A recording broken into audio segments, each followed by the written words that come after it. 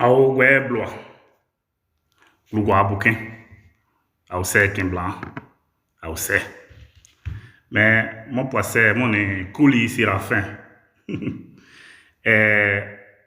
Ati ablia.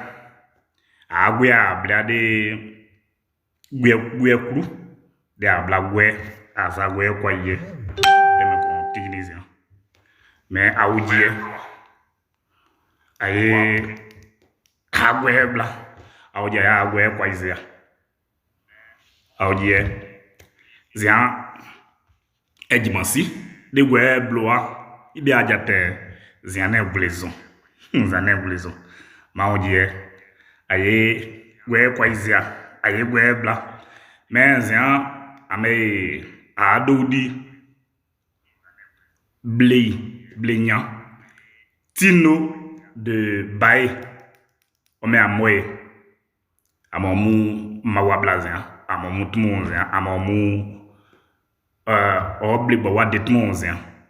Mais do medde a sujet na zian audie do a paidie do ake. Do a paidie de wake.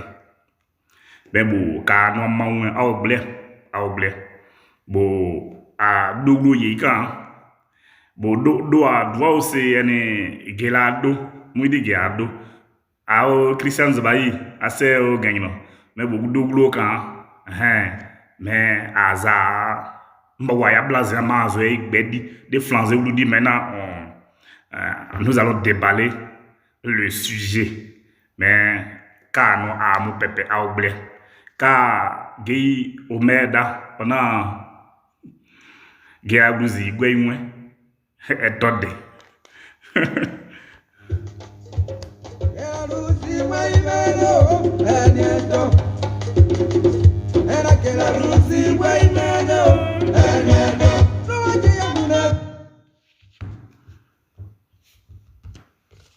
Mais kaida kan wulu no vun wesi de gene ne mo breking. Mais kaida nanzia ama wa blia. Bonyi ma wa. Bonyi ma wa maoble. Ame tino de Baye. On est pli. On a wa blazia. Do mende. On crée du sujet on do bloquant. Na za sujet de pedier da boy.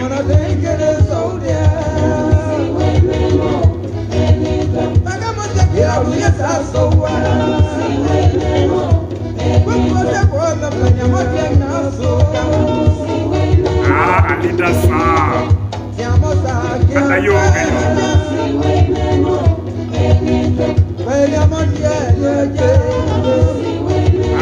Ah, cousine, paye balao dame, puissant de Adjan Weli.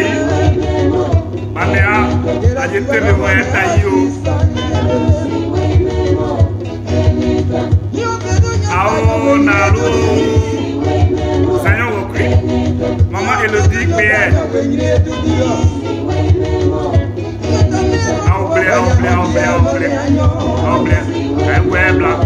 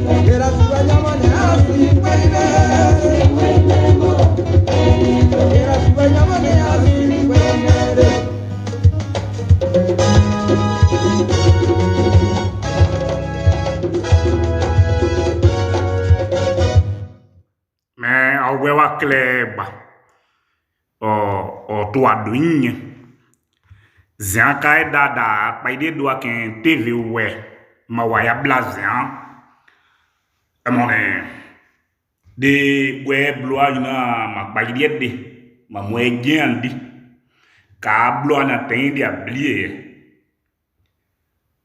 de dia coupei océane kan ana tidi mais et mon comme ouais blazian a bisa pepe mais des flancs et dire le sujet d'aujourd'hui c'est le rétroviseur. Regardez dans le rétroviseur dans les années 80.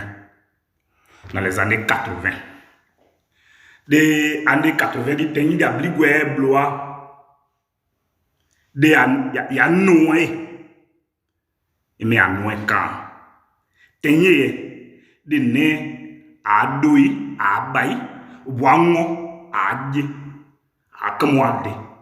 Ziakan, à dje. Ici deda deka de agri ene me kon mawa ayebla me kon mawa ayebla zia ma abuble de ablina bode de taipa bode yindi mo ene amo ne agwen na amoye taipa yeza amoye yindi mo yeza amoye yindi mo yeza mais de abligwe bloa tenye de ne mais bon ma zene croissant boye de ah mais ne ogidi plum de nenio du zanko o se kon oyenwo oyejuo o drudi de so bi de abli de ka comme on a dit na kan esie beni de ka jo son do bon o noe do bon o noe gwe o bon ti o bon o noe nya wuro sene nyo clair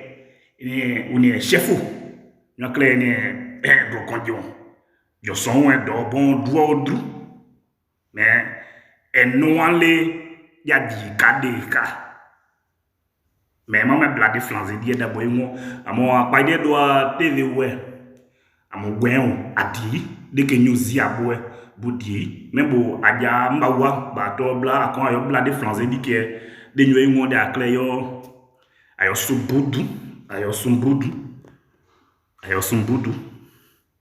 mais da bla eka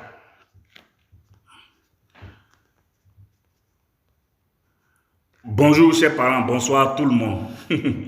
Vous êtes sur TV ouais, c'est vrai, c'est une structure qui fait la promotion du peuple ouais, de la langue ouais. Mais par contre, nous avions des amis, des enfants, des frères, qui d'autres ne comprennent pas forcément le ouais, qui d'autres aiment ce qui est le ouais, mais ils n'arrivent pas facilement à comprendre cette langue-là. Mais nous sommes venus juste pour aider tout le monde à aller dans le même sens, avoir l'amour de cette langue-là, arriver facilement à comprendre comment le ouais vit, et arriver aussi à donner l'opportunité à tout le monde de savoir, de comprendre qu'est-ce qui est le ouais. Donc le sujet d'aujourd'hui, on va le lire un peu en français.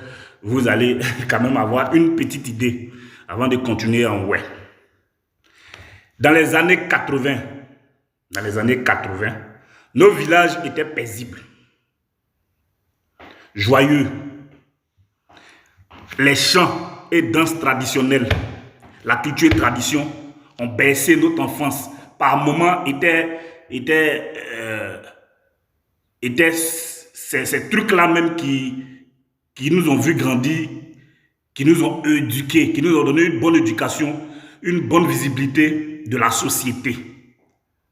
Nous, les enfants, en guillemets, de 80 jusqu'à 90 par là. Même avant, quand nos parents échangeaient à notre présence, ils adaptaient des codes. Ils parlaient en code pour ne pas que, par moment, leurs échanges heurtent notre sensibilité. Et ça nous a épargné beaucoup de choses. Ça nous a permis de rester sur la droite ligne, d'être des enfants respectueux, d'être des gens là qui ont l'amour de leur tradition, de leur culture, voire même de leur langue. Mais de nos jours aujourd'hui, il y a de la dépendance totale dans les villages comme en ville. Celui qui se lève, il fait ce qu'il veut, comme il veut, quand il veut. On a aujourd'hui l'avènement des microbes, des enfants même de 11 ans, 10 ans, qui ont de ces couteaux, les armes blanches, qui font du mal dans des différentes villes. On a plusieurs aspects aujourd'hui qu'on n'arrive pas à contrôler chez l'enfant ivoirien, l'enfant ouais aujourd'hui. Pour vous, les téléspectateurs, si je ose dire, pour vous qui nous suivez sur TV, ouais, pourquoi ce changement brusque? Et si on devait revenir à cette époque, que devons-nous faire? Que devons-nous faire? À qui la faute? Nos parents des années 80 ou les enfants que nous étions dans les années 80 ou c'est la jeunesse d'aujourd'hui? À qui la faute? À qui la faute? Donc c'est l'émission d'aujourd'hui. C'est l'émission, c'est le sujet d'aujourd'hui. Donc on va continuer en ouais. Et au-delà de ça, nous recevons aussi aujourd'hui un grand artiste ouais, un jeune très talentueux, Tino Debaye. Tino Debaye, qu'on a l'habitude d'écouter toujours sa musique ici. Donc aujourd'hui, il nous a fait l'honneur d'être là, de parler avec le public de TVOE, de parler avec les téléspectateurs de TVOE. Notre numéro, c'est plus 225, 07 07 84 08 08, plus 225 07 84 08 08. Avant de revenir en ouais, j'aimerais dire quelque chose. Par moment, il y a certains de nos parents ouais qui se plaignent en disant que c'est sur TVOE, nous devons forcément nous exprimer en ouais. C'est vrai, c'est vrai. Mais TVOE a des programmes, il y a des émissions faites typiquement en ouais, qui sont des émissions qui amènent le ouais à comprendre certaines choses en ouais. Mais il y a des émissions qui sont obligées d'être expliquées par moment en français pour comprendre l'objectif visé, pour comprendre ce qui se passe, pour amener tout le monde à intervenir. Voilà. Donc, ce n'est pas parce que nous ne connaissons pas le ouais, ou bien nous ne pouvons pas parler typiquement le ouais sans un mot français, que vous voyez des émissions par moment on parle français. Non. Il y a des émissions où on parle le ouais, pratiquement totalement le ouais. Il y a des émissions aussi où on a besoin de parler le français pour que nos frères, certaines sœurs qui ne comprennent pas véritablement le ouais, arrivent à intervenir. Voilà. Donc, ce que je voulais dire aujourd'hui, au pays où est avant, quand, dans les années 80, quand ta mère ou ton père, ta famille est à table, c'est-à-dire, ils sont en train de manger, français terre à terre. Et qu'on te demande, en tant qu'un jeune, on te demande, où est ton papa ou bien, où est ta mère? Tu ne peux pas dire en ouais. Ils sont en train de manger, c'est de l'injure en vent. Dans les années 80, c'est de l'injure. C'est de l'insolence. Donc, il y a des thèmes que nos parents employaient avant, il y a des thèmes qui nous ont montré qu'il faut employer dans ces situations-là. Vous voyez? Mais aujourd'hui, là, ce n'est plus d'actualité. Un enfant peut regarder sa maman, elle est en train de manger. Oui, il est où? Il est au WC. Mon papa, il est au WC. Mais qu'est-ce qui n'a pas marché? Pourquoi? Pourquoi? Donc, à vous l'antenne, tout le monde doit intervenir et aussi chercher la solution pour revenir un peu dans la vie des années 80, si possible. Si possible. Mais Kaïda Kana ne peut pas faire Tino Debaye. A faire Tino Debaye, bon, on l'a aidé à m'envoyer pas. Mais da Blasian, t'as des ouais bloyés à Blum. Des ouais bloyés. Nous met zé, boyer nous claïmons. Nous claïque. De ne ne obosé de ye bable amawa. Bwata yamawa bla. bablaye jayum bapu jayum de juzante yo so nwe mais anete ndi ablié quand bla essaye ni de ka amuja o kan on abai nyo so poa ogwa nyinu nwe mais yinu de si atum kan teme zono bo si bidjanye bo je contrat de zone mata de bono bo bon boué buna do di de mo po rideau manyinu wa po do rideau jo e de mo ma pen de rideau de zono ne nyinu me bo ammo de ne anzi de abi tenye de ne sene ju zai bai ba plan budie na duedi ju zai do e bai ba plan budie na duedi en yosi ale de ne clair de bi de akin maman Mika Sae la reine de Banti ma je pa ni atayo ma atayo mais magwana a mon bla papa aimu afu tino de bay o tende yoyaji donc kaida kan de bla de flanzer di kan yeza de gwe bu diaje na tenye ye bu ma do ma ba ma chei bu buni do mei bu igwe tinye bu ti babla kwa mwi bu nyinye bo nyoju bu odi bu mei bo ji de ona de ma do de ma ba de bu bata kwa mwi bla manuka ubwa gwei tenye egre manuka ba gwei na ubwa bla kwa mwe ka da tenye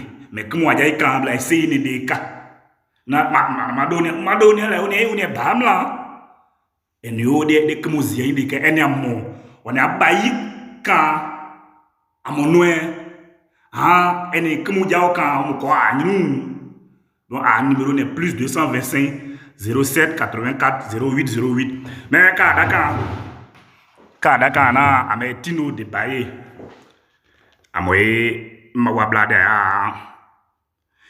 aya un sujet nyen pa didu ne di ayetum na wa mu ya wate yi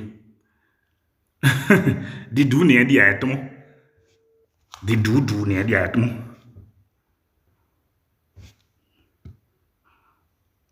didu ne di ayetum ma awate yi do mede amu anegwen de ini ablitin di dabli da coupé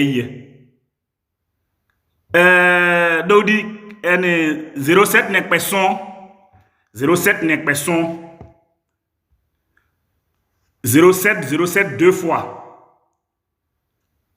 84 08 08 07 deux fois 84 08 08 07 84 08 08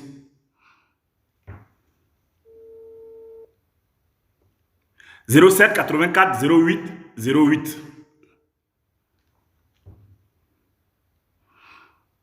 mais kadaka na allô oui allô dodi tino de bae oui ni direct de télé ouais mais mo me de ma down de we de won connexion mo gode we mo connexion no ni direct mais to ma anyu nya obu bu pa des ans nyu atwa do ibu die nyo wetu tan mo kan we ma so de ibla ma so de ibla wo dodi tino de bae ese video ni de bon do Facebook et vidéo ne ma aja on le mais anu WhatsApp essaye comment mais amubla inu ma je connecter we bla mais de ma dawo de ya inu ma je connecter mais d'accord bah y a pas de problème possible il y a pas de problème bah y changer noada prochainement on va faire la vidéo OK y a pas de problème ma pas de niveau OK mais au web lo clair toi doyin kan à mon TV ouais adiase ana da zaide de bayemo a kayanu de web lo ya ban de nwa wa za we wa nyini nyobujuo bade wa pa ya ban me konde e me konye azame ame adodi Tino de Baye. Omoni a da TV working là. Mais nyon bon, oyo ide. Nyon bon. On est témoin. Un numéro n'est plus 225 07 07 84 08 08. Alors, Madodi Tino de Baye. Yeah. Taïke. Asena. Ao. Asena. Ao. Famille. Ao c'est mon bungio. Ao c'est o. Mais diade ka mon TV ouais Tino de Baye de ma sebedi de ma sedi kanyo da won. Comment on appelle Tino de Baye à l'état civil?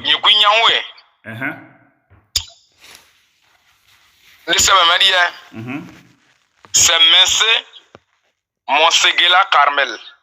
Messé Monseguela Carmel. Voilà. Aododi. Mais ne blé, ma blé kadeka. Ne blé kadjonga. To ma de douin zon mais dia ka Kano blé des soins. Comment tu es venu à la musique? Aseo baba. Aseo. Ya blé mon paso Mon glo mo se so ni blé. Man na we ablé gba. Ma do jonglon we mo ablé de glan yin.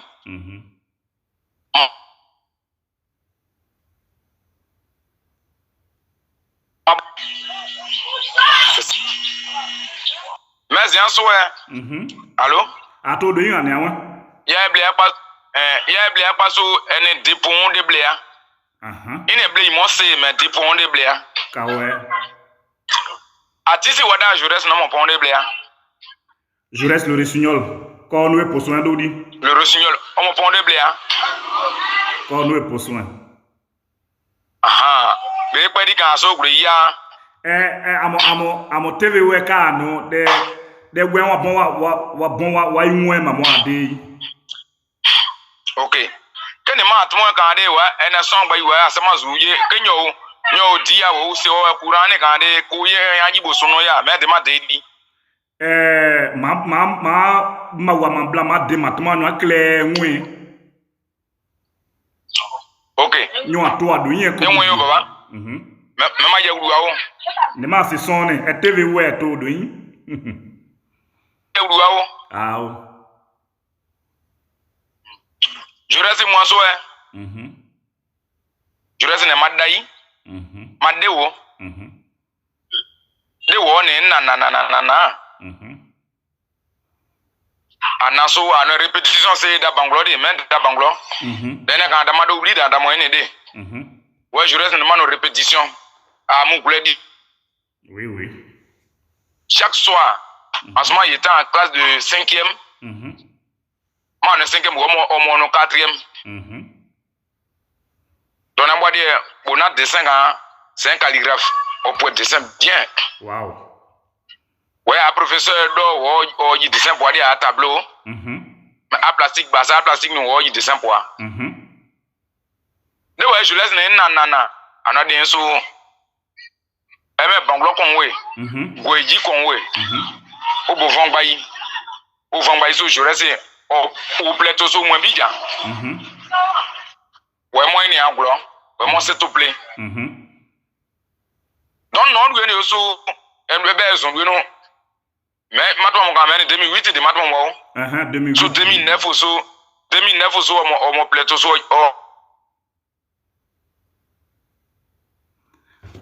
Mais quand nous qui fait ça?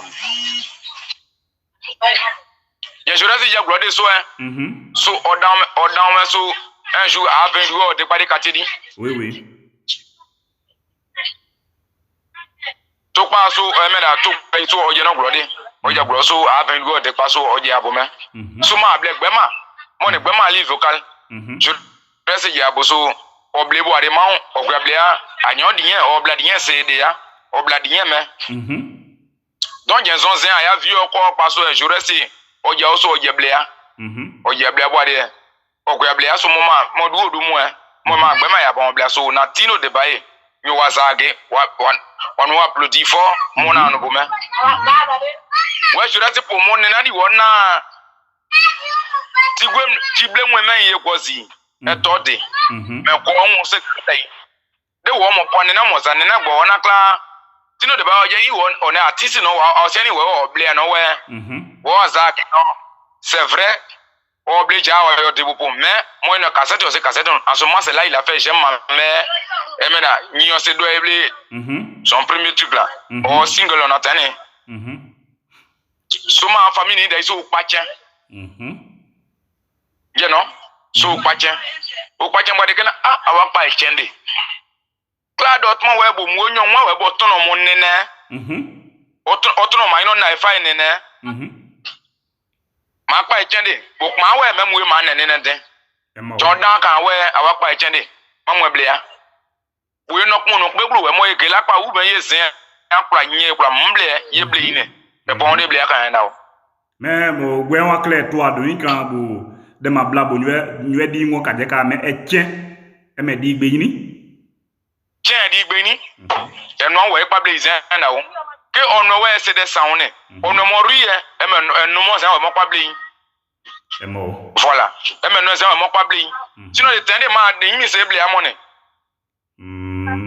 mo de ate ma ble me ine ble ja e ble wa che e ble de che mais ble no we mo ya de mo na kla ble wa sa ji we ka zan we ble no nia we ma je pa ble amodi zan we de anu arrivé de anu tun e de mo imo ya mo ija ble wa no imo ya ke na kla de ne be pa me de ma bon ki bo ma no do ka indi e de mais ene me no arrivé zan e ji mu yan we pa ble zan na o tino de bay papa ase dodi ase ododi ase me ne gweyi ka da kan na ina gweyi ogweyi na ya ble apa etien e me no de pa ble cheno we pa ble me ne de glo mo de sa ble pa de we ma ble ba ya gule zia gule de ma ble mo e ina no glo de ma ble gbema agbema ma ble agbema de akle nwa enyo soa egela nyo di oje da ya tun de jures mo nwa kan de sia ma cassette disons le o me moye awon ori won o bien awon ori me o ase je ase o ni mo ma do oje mo o da o meke e do di nu ase je able e de no o na ma gela bo ina nyo de kun ye be ni gela mo je ni jade e bene gela de me gela mo ne mo ewude we gela ni mo sa ru we oji anyo mo wo ne ma ru a enyo do e wo voilà on ma ru de nyo da bli da bli mo bli de nyo soa de gela tmo bo mate jamu mate zon jamu mate juwe me ne bli kla memo me kale ma no album die si ils ont ma album bo ne duo ni son no morceau die bon ase marudi ase ya mu we album mo je oui mais une single là bom wow we no album duwe album na duwe no a bu mo je masa ibogo ezablo amegba ya po de yimbo bagule je mu kon sa bu na tino de ba bladu no ka wa nyo we tu apose golo apo de yimbo bete apo de yimbo madu no esense de ma bo ke la jiba on e ma album di on na fo mais après mon sa ibogo no enzimam no actuellement ma carrière une 40 singles plus un album de 8 titres. Wow. 40 singles. Voilà. Mais j'ai à Madrid quand Dodi. Et na 40 singles dans les ma blague baou, c'est-à-dire ma répertoire t'a dit bien dit. Boglay Boudjenyo na o sponsorisé no ma yema cassette son aussi est-ce que l'uni amwe de blague baou d'ici we ken we de nse de ebru ke o Ah, okay. mana ne pon mado ne pon ke mana mo nyon de we mable Ah. o won sa ibo go me me mana mo bo de ibo nwan wona tino de bae bo so ni so glu wona nwe denje yon ja we di on je bo ijo de we mu we di on me ga on mo po we ijo odo mu o de bla o se de ton de bo no die de mazade we mable Ah. mi le no mu wa von de pe wa no kla joble madu kla jon ne madu e di de ble adi o jon ne manu ka mo se ane mana nyon ma de we mable jen bo so we so ri me ija on ti o bo ade ma single bo ade ji e ma ti pa ven yin to ba o de on Italy o mo do ija on bo ade ti o D'accord. ni se so ba bo adi no de Je ade ibla tino de bae. aje ma pon de yin bo papa Ne we ne blay. Bo ina we ka jonga boye ma wabla de we blombo boye de tino de we blombo e ya pa ya no de we blegu ya ba de be ye timo do bobo.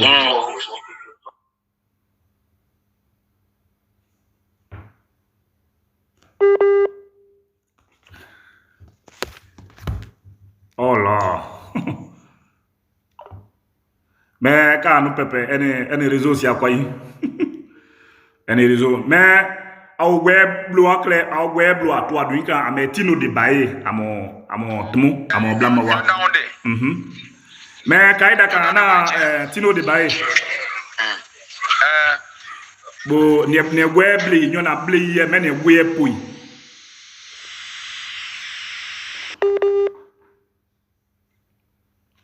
Mais au web watwa do yi. ina we ina ble yin Voilà, ne we ne blé. Boye detmu de we blumbo. Eya no, eya de awa blé aya ban. De nwa clé ya de to we. De we be ye bla. o ya bla mo kan to mada yi we na kla awotu o ble gba adouble idea adouble idea mana gba yo ni mena sen gba ri eso se do de ne asike ngba ni eza gba bo apulo Zede nyon. Ko ki zede nyon. na mana gba yo ni mena sen gba ri eso se do de ne asike ngba ni eza gba bo apulo De meda de we.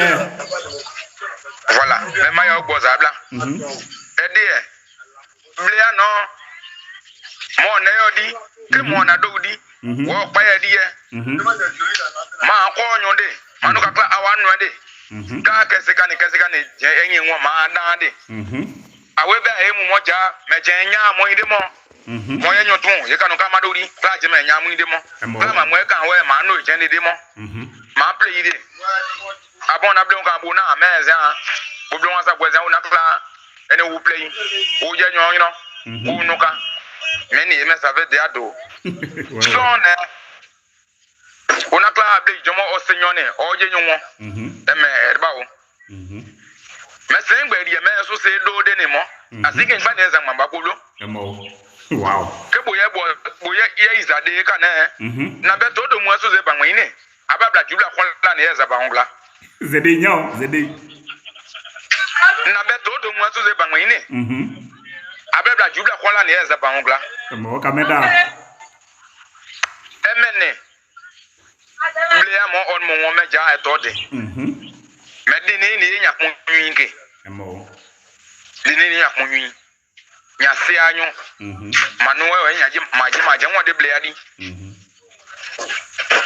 so emene me kamona ble kanda ina ble kanda ebe brody muzia wenyo kanu ka bla we uruson ka yeji yeble enwo we uruson de me se mo na du mo nya bla gbori kuran chen yo afon gba ibo mo ma edi die ma je de di we mo meja de ebe ma do di konsen ye kanu bla ko ken we mu yeble gla ebe anda Eide. Mais tino de bae. papa Mene akale demo ma bombale we blum. Dema kama bon awe no le awade awano ade yeble de nyusia bo dribble aye. Do mo gudi. Okay. Mama ya we chen di ibere di ja. Mama ya we gwe ne nyonjon ju. Abuna nyonjon ja. Le on tum iye butu mo yaka. Aboble te makidi. Bonyo se onda ma mu ode. Po club lu we na ze anyu no wa de mu izan na kla. Toujours nyo onda megba. Tino de we se no bija ni ma de no bija so e ma de no bija so e. Tu non produit en point.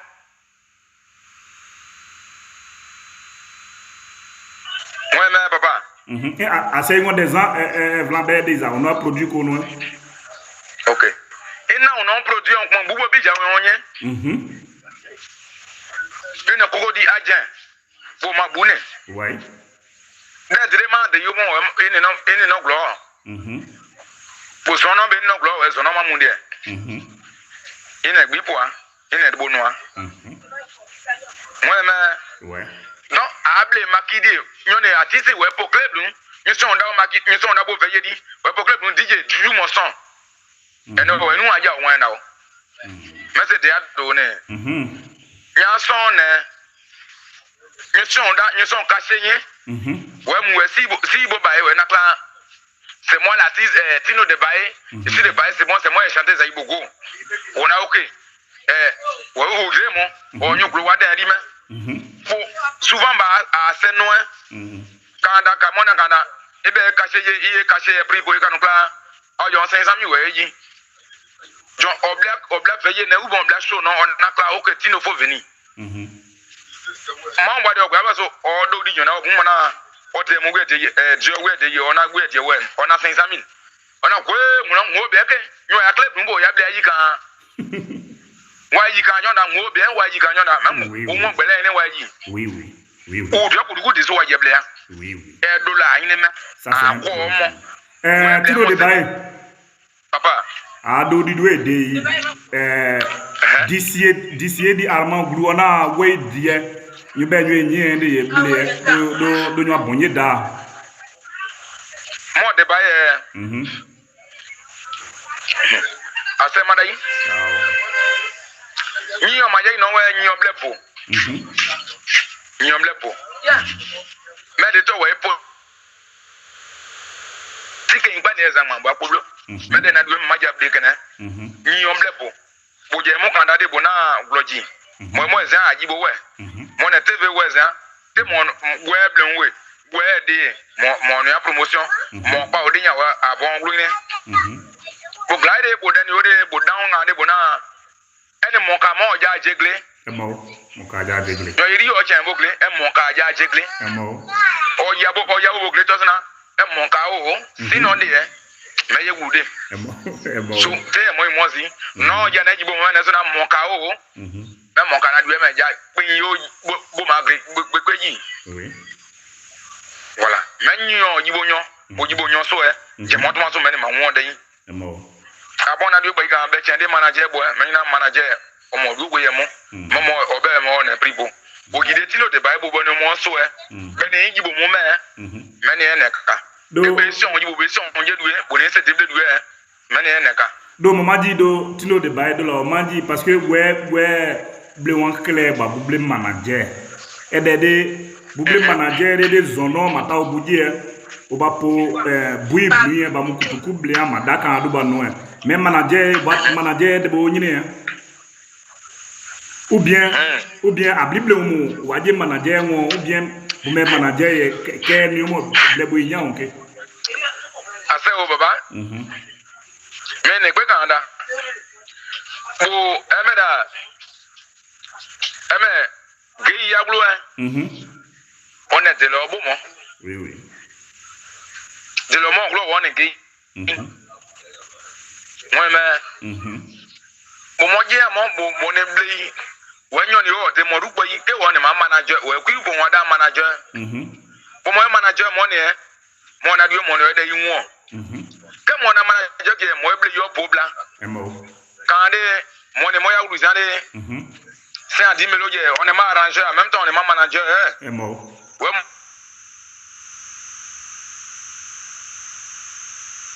nye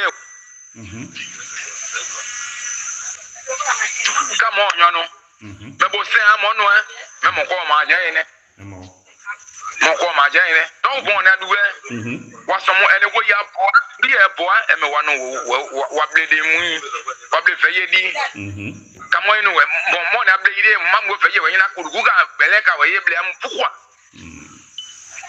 c'est de ginene c'est de doene mo c'est de doene mais ka mais amu pepe o de we yi on won je mo je ma je won kamo na ka ye ble gudi ma de di ble mo yi we ma de di ma ka ni di ja we ma no ja aujourd'hui il ble de doye mo ma no mo da banglo bo da biru banglo bo de ja mo yi ja bo na ma mo etino de bai wan bo bene bebe ju mo bene e me bene ju me yi bo mu me de manuel be ma su buzi ina jenka mo ji o je won il ble de ite gbe mo da bo e ma ble mo pa mais o se me ndo won kino de bai ka no amu pepe da ya no bla ayo ma dudu po de bo agrudu to des ans de aye de dudi amo ane gwe de gwe de gwe blow abo gwe yi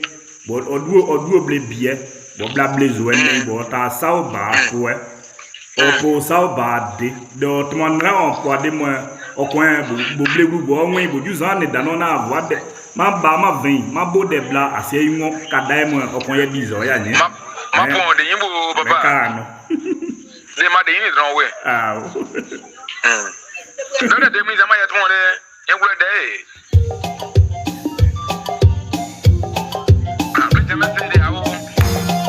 spécial dédicace à tous les démons et au moins cavalier.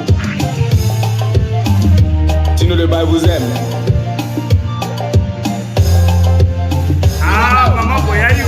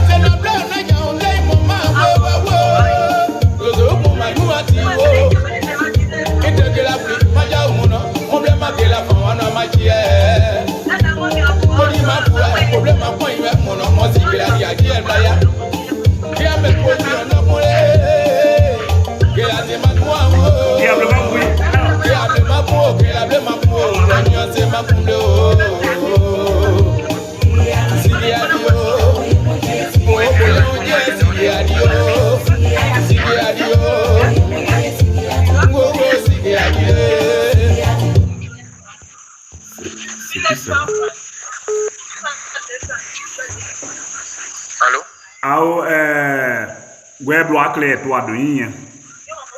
Yeah. Tino de baye on est ane mawa blanc. On est blé.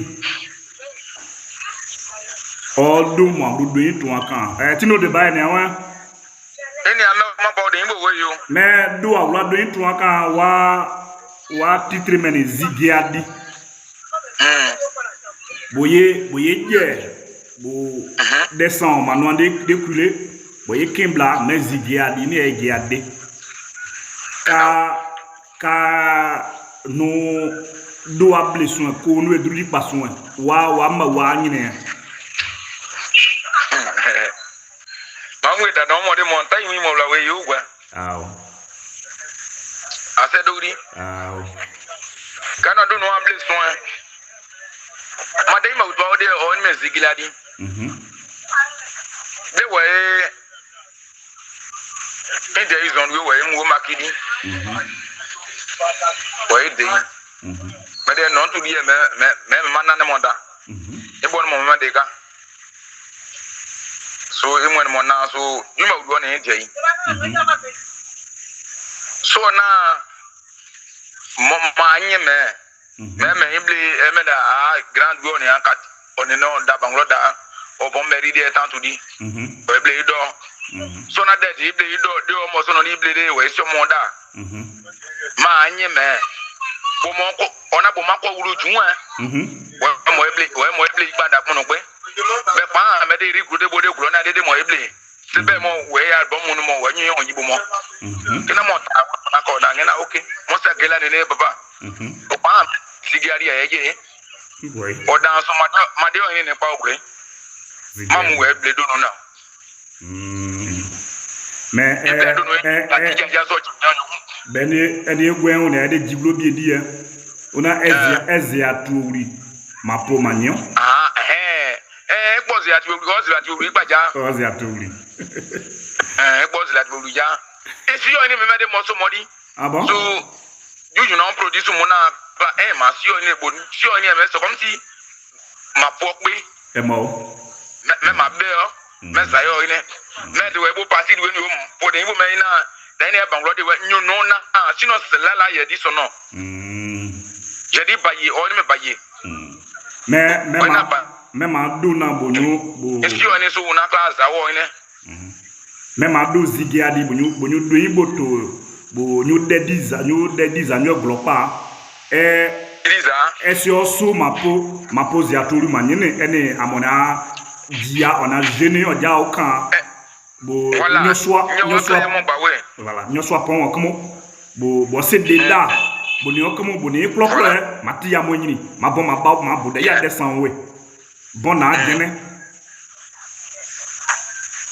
mao d'accord mais mao amu pepe do ason no a do into ma bon de yibo ba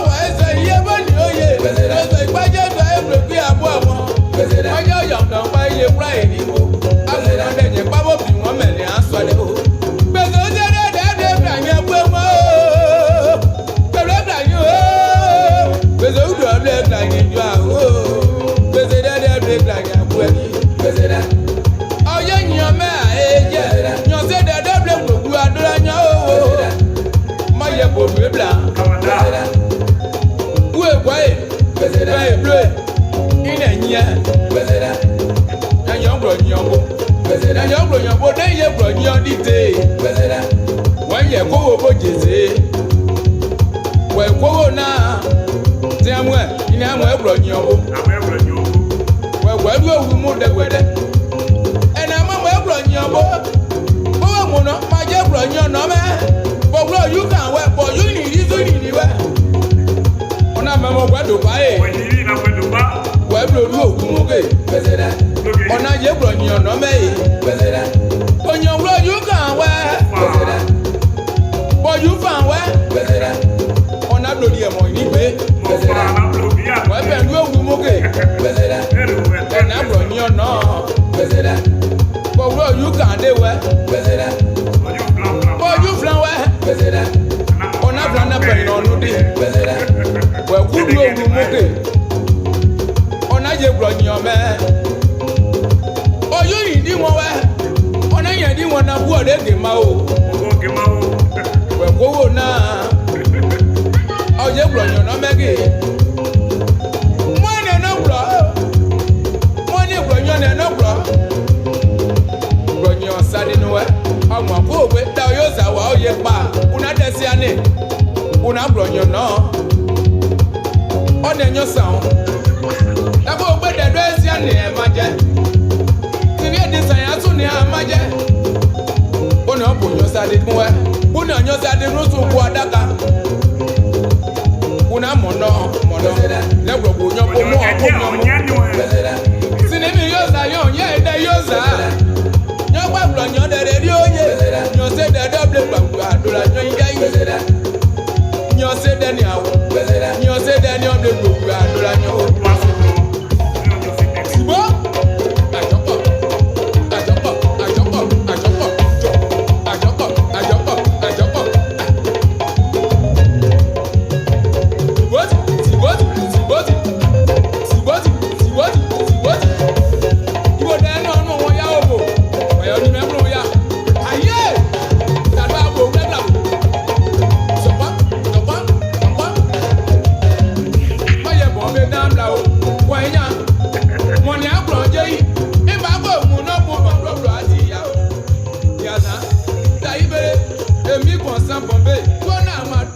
mais au grand clair toi adrien a mais tino de baie à mon paye douezia à mon ezeble point da tv work mais tino de baie yeah azeble bouquet ah oh baba assez né à point ah mais assez de double do nandi manduna bo ene de boe bloaye bo ene eguru de bo be ne de bo be wa bewe bo tinyini tio bo iza mata bo poe manduna you den so ble ide ka ye awuru de yonde de we jene ma blade mo nyo otwa gwenwa no de emi mano du je ni mo ble ma do me so ise mu ise nyini me de be se de da de ma do da globo yan ke afa o baba emeda ene pele so wo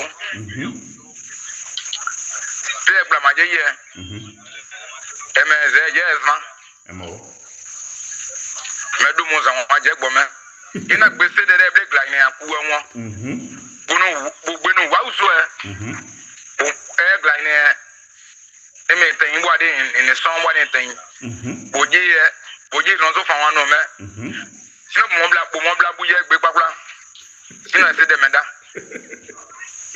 oh mire dia tayo mais do me de beje nyini wede ma do di je kwa ko mo e ma po aye mo na bo gwe na oju fa ona blogi bona oju fa ona blogi on ni gbe ene penino bon que no penso que bon Nyo akle ne gwe on je nyo no ato ado yin ka gwe ru mo sisun si andu ka je ka me be ye diza te za ya ni method ja ba ni no glo ka bo nyo mu kan we bo oglo oju kan de ebe so je mo oju ni mo oni nyo mo e de te mo nyo mo kan de ofla na kwa me pen no e mo fla ka na pen no Omu kade we bo fanga de ona jona blori ohun ni gbe nte keblo sekada feme sekada ku jo ma se ni de mo yo de ke ma ogbe na ni ri won na ku de ke ma o ko yen yen ri e me ne e ko ye se mai ni si se me ni bo mo ku mo pe kan de sene aso ni o ko za yuku so gbo bo ma pe bo ma je mo e sinu bo ma mu bene sene ba we wo jo be ni di gbadu mo omla e san san e be ni di gbadu opo me lu gba lu ri e wo ti yin bo ko pe ko na di no mo bo je ibo na mo na gogo bo yan ni gluza na mo na gogo yan po mo pa yan mo e mo ko mo pe de yo za de o be on yin de ka de sene ma po me on yin u be me mla ma po yin ni ma po ni me on yin de ben yon pa yin yo mo dede o pa yin yo dede e be pa awe gba ifon e ba yayi sino nyon pa nyon mo orude mo adugbo we toton we wa kanda no one politics da wa ji Ibrahim oui wa nyon e de no bono no we de e pesa bo gla na pesa ono bo gba je buju mo kan ono bo o se glo mo be tade no nyon ni nyon mo ka no nyon ble ni Christelle Glaou atayo ma si ade de yo tino de bae mota do ago ado di do de yo na tenye mais ma ble agbe ma de glo kambla si e ma ble bauzon ni be ni dabla ye de akle mais o mata de jina di mo ma teyine ma kan ne le de ma wa be ye bla o mo Aseo baba. Aseo. Kan e pa eblea. De pon group ron de mo. Yin na pe son pe isila. Yon se la me we. De pon group kan don ne bi gba yi. Emene e. Bo zono bo nuwe. Ma je pa ma do riwe emene ko yan to na ma do riwe. Wa ko ayin ni no. Wa so. Mais c'est mon agent non quand on est du bain emene le fait que moi ma bota vraiment de ouais il n'est non qu'on peut dire nous douze moi du bon ouais ça n'est coulé con ma porta man chargé pétant des zones wow nous va dans mettre numéro né anglo français né anglo États-Unis puis nous plus beau ouais dans mais vous voyez mais c'est menda mais il se menda ni wadang metron moi mais je mon boulot ine déjà ouais ñu diba mon ouais mon a gela fait mais you know about way day where you know now onda bo mata bonwe sumbo po balé de manoa e ma po di pe de ma bonwe no nwe ni oh papa mais ma tombo ya do na lete na bodi ku e ma gunu yibo mumu me jama ble kan de me bo ble pe mo yede me jo o se mo so mo ade bo ma be ne ble de o yon so mo bo de bo no yede o be me de me se ma chamberlain ya son na bo ye yin ngulu e de sa won ne eje ble amama deja we nyo san mo ni egbu mo ni me bo nyo mo so mo bo kan de e kan ku le ga wade glo jiwe ma bo e je no jema je bo ya no kan ni do gbe we ye po ye je no we ye yin ngulu we ye ma muri e ble de ma ko anya ma de na o me de ade ye ZDJs ya vainu zia bai mo po opo ona black clan wen je se blue la do ma na black lima wen je se blue no dia dia me gabe ma blé bonyo mata bonyo ye sumbopo ma blé aye ide kadeka ye musicien complet no de ma bonyo no enye e ma de oye tu bone oje aja we wo sabo mo sumbopo kan de ma blé de me die ma de orchestre onye ah okay ya dia ye mo mais de blé adodi to ma musique jan won ayo poye mo je menu du da o da no ta no mo me nya bla menu du won mais amo a po gwe enu eju mais di nu si adu na me a po de nu eju awo e mo ko di jan won asi o po de zian mais amo ye eni ye die e ma pa je witan we yo ne amo da ne aye ma wanyan pa awo baba mais dia de kan boni briye mo bado gela no so asion komo ne adi adu ni ministre de abligwe blo ale de be ye no bade gwe won ko ye de ya abli ban ya abli développer no mamo me ton kon ya to kena na nyo jonju mamo ya we mabo nyo jon ni chendi mo yin kongule me deja o mo ini manyo tu we bo mo de we ini ya wuri ye klade kama ze ba mo we ma jama je mo kanda de we bo se ma di we ma di de na ese bon jeunesse yan ne eble mo kanda ebe yini we po we gbo won gbo yin no me you na je bo wa je wa zoro anyu bo no asia de no ye pladu we ye bo no we mo we bo we asa mo glo we nyun na no glo we sumupo da ye izin po de blie bo ou bien de gueblo da ye po no bi no gueblo no we no gueblo de se po do ko ye po banglo o do di ebe anu na o mais dabli TV we ama wa ablada mo bane jrangie ka pain le nu da na nyono ka bli po sa ba nyuna anwo enwo je amo nyini aso nyini ke ya de kan we bloa ide ajaten you know pa oju duwe de amo nyini je you know pa oju duwe de una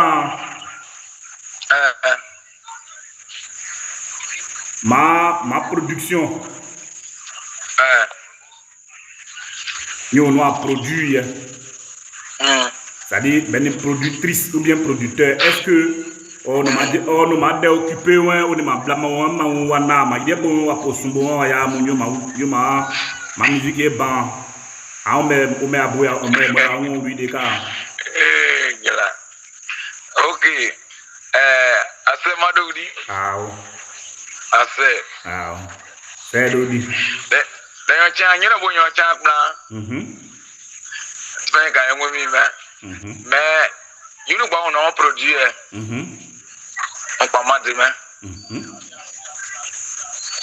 àwọn de me bon de nyo po do di sumbo ma jibla o ma di me nyo da do di ese ma uri nyo po do di sumbo na bo eni odo apa ide do akan nyo ko anyu se be yo ile CS de sound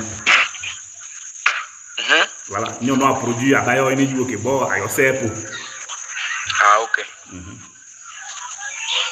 mo ke ite goido anwo se ke se ade bangu je yo ji o de toi wow on kwa do gure on gure gure ga oja wọ́n do gure gbe an gezo mo meyin bo floor wọ́n je gure gure ga oja mo meyin bo floor on est flanzé floor meyin bo da ne gila poise ou gila poisson bo aje bonye o e pon di ma we e pa di ma o da apasun ai so nyan pa ma we a tindo de bai o ble de ban amina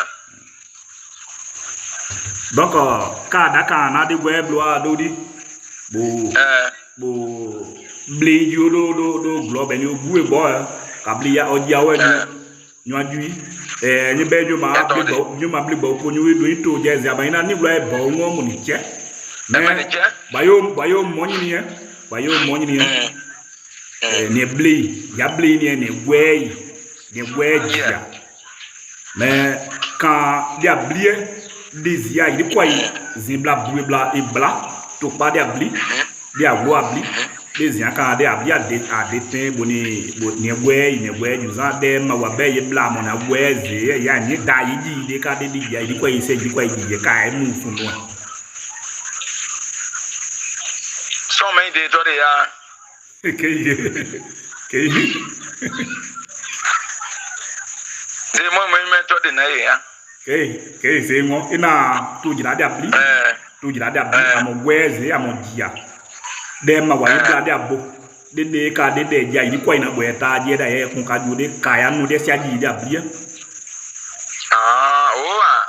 ma da mo so ase papa ngwe ma je yo na fon ngwe mo na fon ngwe me yo ton do e fon ka mo mu webo je ma do di bo je we de pa we tu di ya ken na kan da na be ni aso e ma bo kula mo de pa de tu di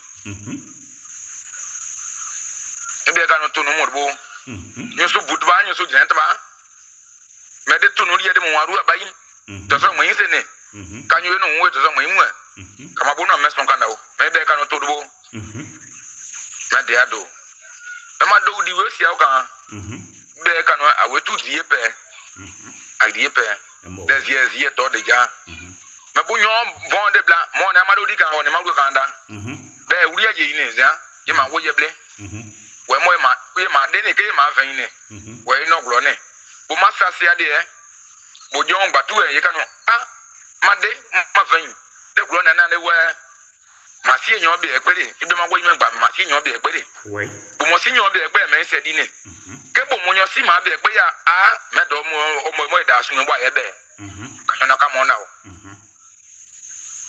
me be ma do du wetu mo ke mo se be nyo to mo ka no kla pa bo nyo pa bo apon bo aba egu ma bla bo ma we nye ari aje adua de nyo adua de o bla kla odua de nyo sa kla ble o be do po wa do do gela nye ble gu du ma ble ari nyo oni emeda oni gwade nu ye no ma gwade ma sama gwade no ino kwa mo nyo wo ye ya na du ma wo ye ti diri ye o ma na je awo do di bo ya bla ona o papa awo mais tv we e me gwe won kle gba obo se amo tv we eni gwe won pa ye de wa ka bu wa ka zonza bo de ni kwa beni bonye de ne bo a pa o kan won mais ni ablide mawa o gira we me a to e won do yin we blo akle to do nu aka mo da awo aseo metme kan so na blo akle pon de yin bo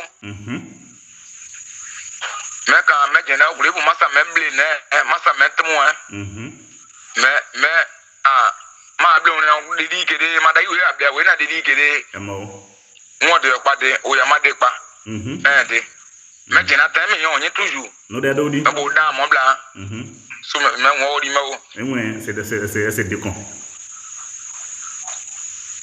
una nyenye ezu kwege wa de bla yu egboro nwon onye se ma bla mu ten na mu yin yon pa ma gbe mu na mo si agura o una sa igboko pa ko o tadu agwo mu na ma mu egbo pa gwe ja o nye ge nye wendi ye o blo nye mu na so ma ne mbo mu singba dia so se do de ni asiki ngba ni eza gba mba ku den tadu agwo gba ure klabu mo kwege wa de bla yu mu na si agure ni ma nde o bote iwe bo tinika eni mamwa duble unja kwege wa de bla yu mu na ise son ba ni ebo eti no de ka o ne ma ye ble ho so ye nwa ble ho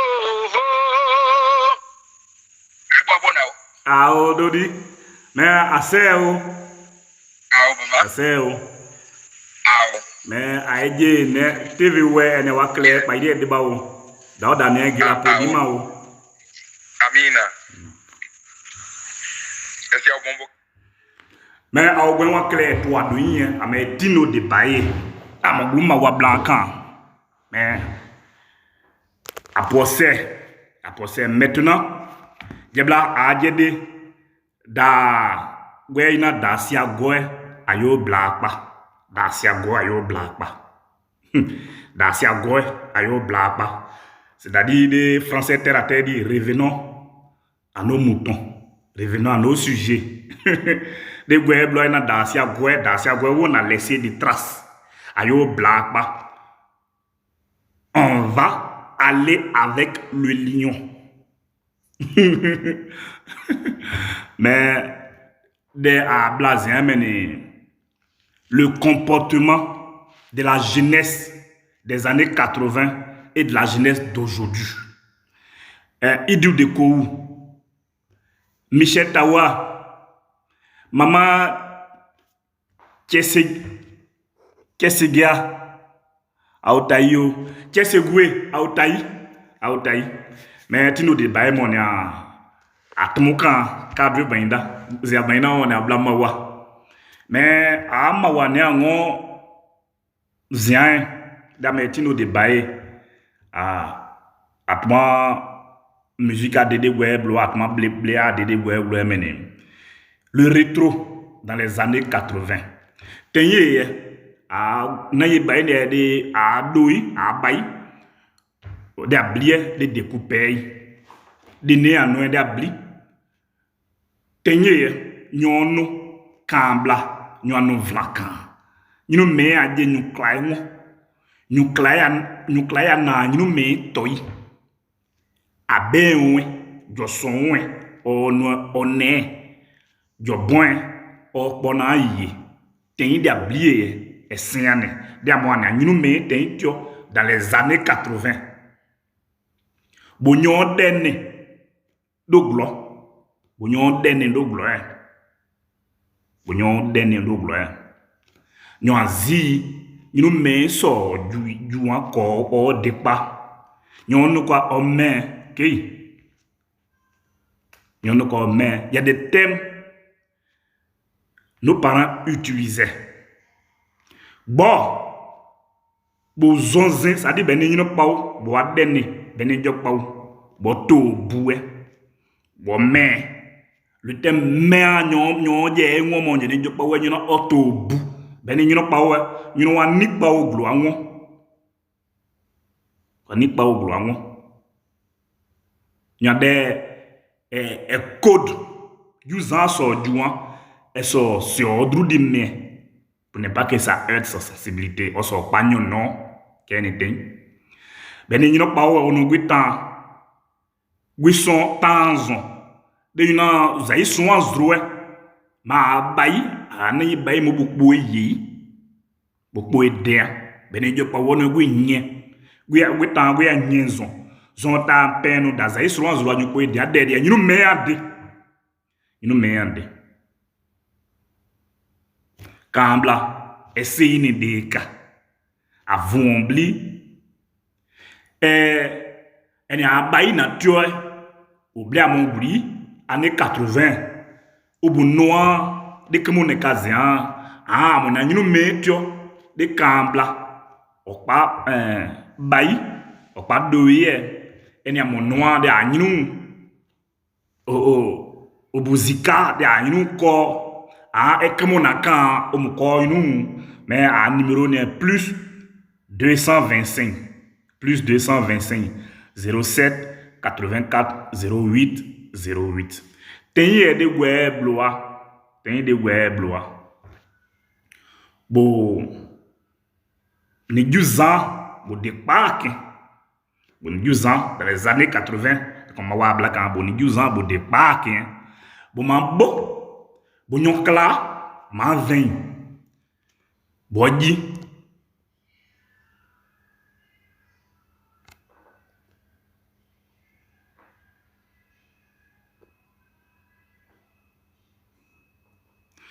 Bon ma 20 bodi. Bon ma 20 bodi bo téye son paquin, son poquin, son paquin. Bon nyot den. Bona dey mandu o mande dey. Ici à Dagoulé dit bo dey. Malgré que on y a d'autres dey. On y a yo dey, on y a yo droué. Do ma drou di clé do bo. C'est-à-dire nous gêné ma bagne nan drou ma 20 nan drou. Tellement nous gêné c'est bé de ma son ma yé na ba ya kan flon. Ba ya kan flon. Mais comment bla kan bo du zan di ba, bo di bo 20 bo ta di tant que vieux na ou bien 20 non c'est quand nous son yé idée. C'est un mon du zan au son et nous des noirs de neka deka. De comme on est mais c'est des ados. Des ablitenye. Des ablitenye. Bo abo. Bo me o chede. Bata mawabla. Bata tomu. Ka adwe bainda. Mon a jude. Ma giyo ma chen o. Ma chen o ma tempo. Mais quand là, zéna quand elle se va donner. Mais elle noale de zéne quand et elle est mon agnou tenye, on a nous met tenye 80. On pas baï quand pas doyer, elle est en cosson. Elle est comme on a quand wa cosson. Ou elle est à baï ou bien on tenye, elle ne va cosson. Mais à numéro n'est plus 225 07 84 08 08 plus 225 07 84 08 08. Domende bo ka a plenia ten ka no ne so a bole di tenye. Est-ce que abe ayan deji de bo abe ayan deji de ka no de ayan deji pour que le respect revienne autant comme c'était autant jadis dans les années 80. Pour que l'amour revienne. Parce que qui dit l'amour, dit la sagesse, dit le respect. Au pays où il y a un vieux qui disait l'amour est le summum de la sagesse. Qui dit sagesse parle de respect. Parle de respect. Mais, elle me comprend, à Yéblazian, à Dodi Tino de Baye, on est à Poseblé. On est à Poseblé. Mais elle est en première partie. Deuxième partie, on va le voir visuel, on va le voir vidéo. On va le voir vidéo pour mieux échanger avec lui. Pour mieux échanger avec lui. Mais Albert Aweda, elle est un clair sujet. Qu'est-ce qu'il a fait aujourd'hui? Peut-être que ma bladé je disais dans les années 80, le respect, la valeur humaine, l'amour fraternel était dans nos villages, dans nos différents villages, Nous avions grandi au son des danses et chansons traditionnelles, élevées au seuil de la culture et tradition, Là où l'enfant connaissait sa place, où la maman savait, où le père sait. Quand l'enfant est là, il y a certaines causeries qu'il ne faut pas. Où nos parents, à nos présences, parlaient en code pour se comprendre, pour nous éviter certaines choses. Pourquoi aujourd'hui, il n'y a plus ces vertus-là? La dépendance totale, l'infidélité, si on veut le voir, l'impolitesse à son comble. Qu'est-ce qui n'a pas marché? La faute aux parents des enfants des 80 ou la faute aux enfants qui sont devenus, les enfants des 80 qui sont devenus aujourd'hui des parents, ou la faute à nos enfants d'aujourd'hui par le modernisme, par comment dire, la pression du modernisme. À qui la faute? Et si nous devions revenir comme c'était autant jadis, comment allons-nous faire? Donc, aïe, Zulu des Ondrou de Ito des ans.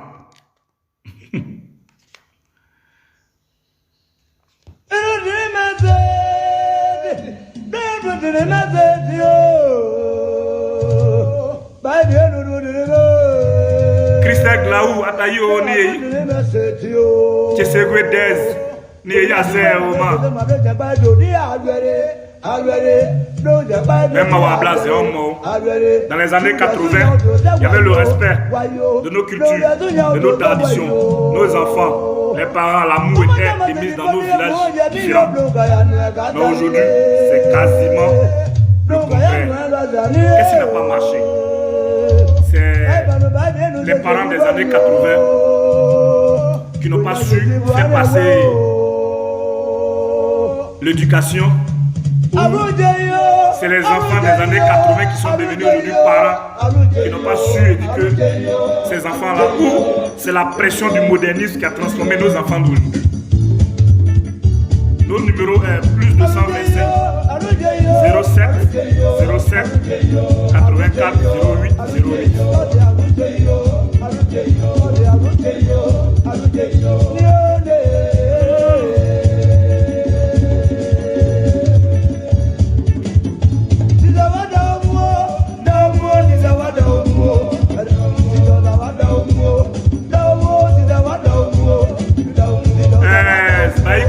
On peut s'exprimer en français comme en ouest, on appelle, il n'y a pas de problème.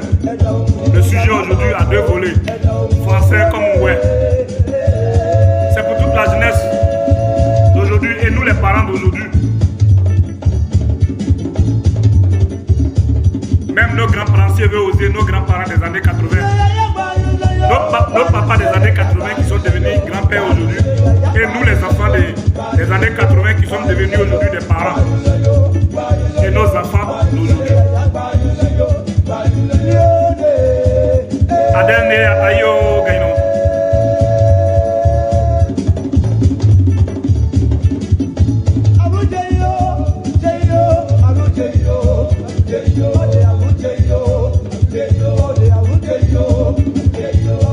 Ah, mais mon pépé, il était le ouais.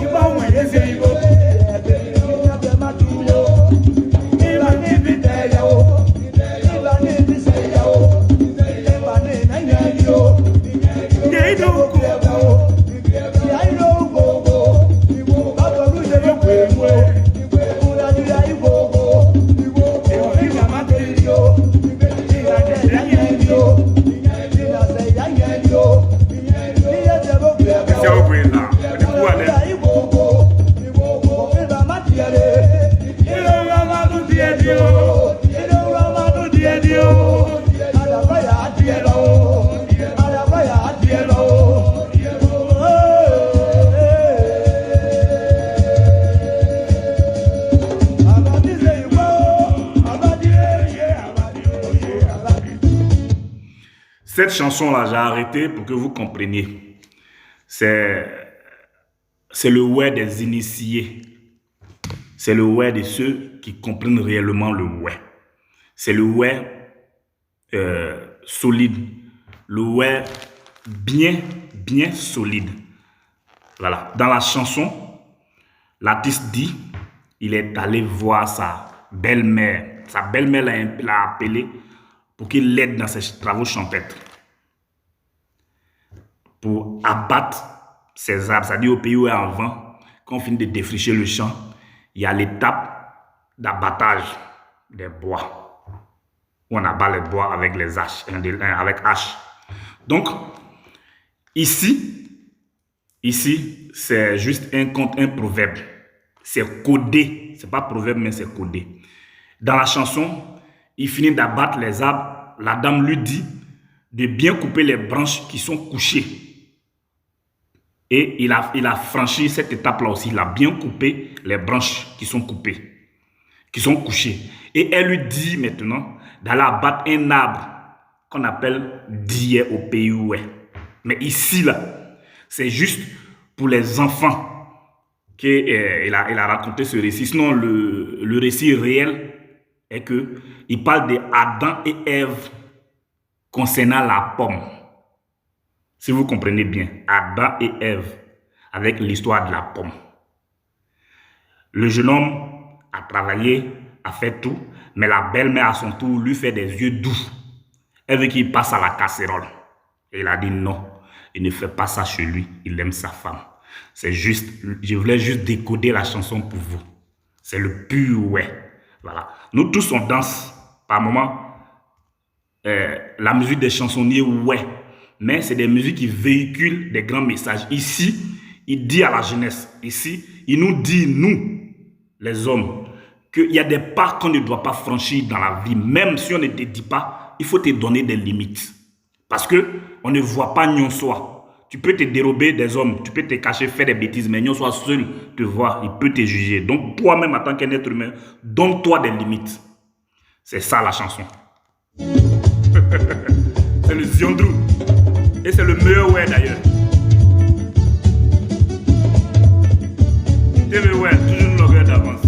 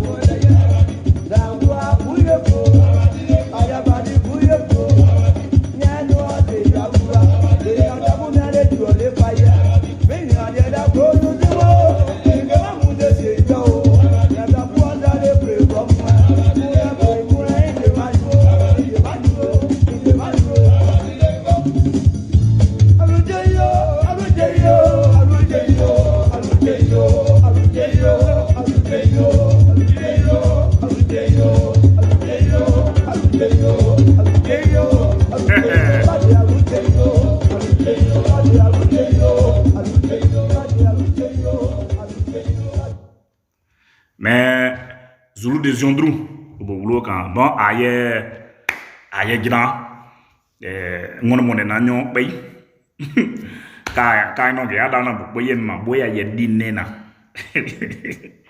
Mais les années 80, dans les années 80, le respect était de mise. L'amour fraternel. On respectait nos cultures et traditions. Les parents connaissaient leur place. Les enfants, ils avaient les limites. Ils connaissaient leur place. Même quand tu es en train de manger, même quand tu dors et que ta mère t'appelle, ton père t'appelle, ton grand frère t'appelle, qui t'envoie, tu cours rapidement pour aller avec joie. Mais aujourd'hui, tout cela, ça n'existe plus. À qui la faute? C'est ce que nous avons demandé. Mais aujourd'hui, on fait les débats sur TVWeb dimanche, en direct, en ligne. Mais les jours à venir, les années, les mois à venir, on va faire ces débats-là dans des villages dans des villages avec les jeunes et de côté, les papas, les grandes personnes, les chefs du village d'un côté. On va faire ces débats-là bientôt dans des villages. On sera à Taï, Zagné, on va partir à Diokwe, Bangolo, Fangolo, Bleulequin, tout le pleu.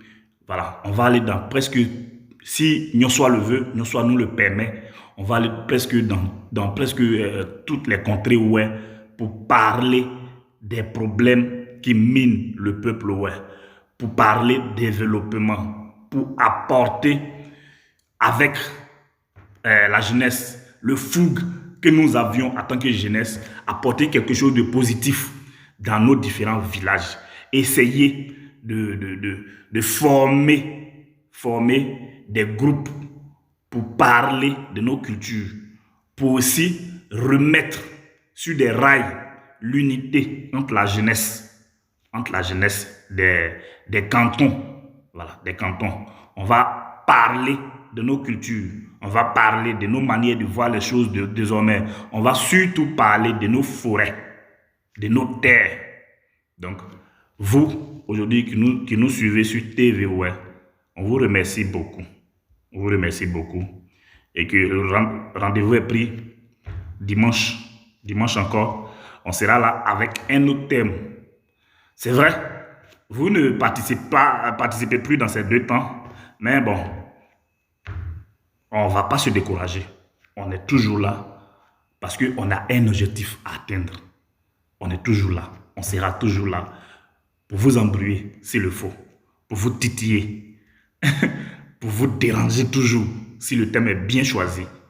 On sera là pour apporter l'amour dans le cœur des Wéons. Voilà. Que nous soit veillé sur le peuple et que demain soit meilleur. On va terminer avec le doyen des doyens, pas les nous. Mais d'ao ne a dit n'engila si abubo.